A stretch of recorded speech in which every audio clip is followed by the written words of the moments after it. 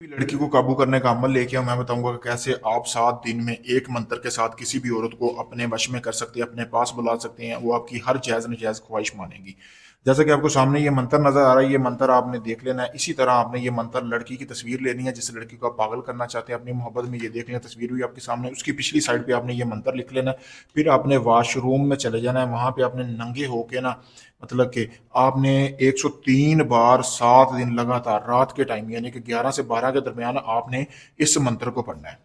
ठीक है, अपने अपने पास गोश्त रख लेना, जैसा कि आपको सामने कनाली भी नजर आ रहा होगा। इसी तरह मट्टी के बर्तन में डालकर 1 किलो गोश्त लेना है।